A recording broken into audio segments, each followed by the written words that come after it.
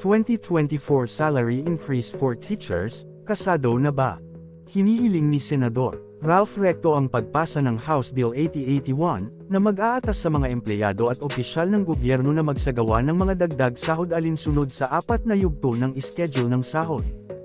Ang mga schedule ng sahod ay magkakabisa sa ika-1 ng Enero taong 2024 at pagkatapos nito sa ika-1 ng Enero ng bawat taon hanggang sa tranche sa 2027.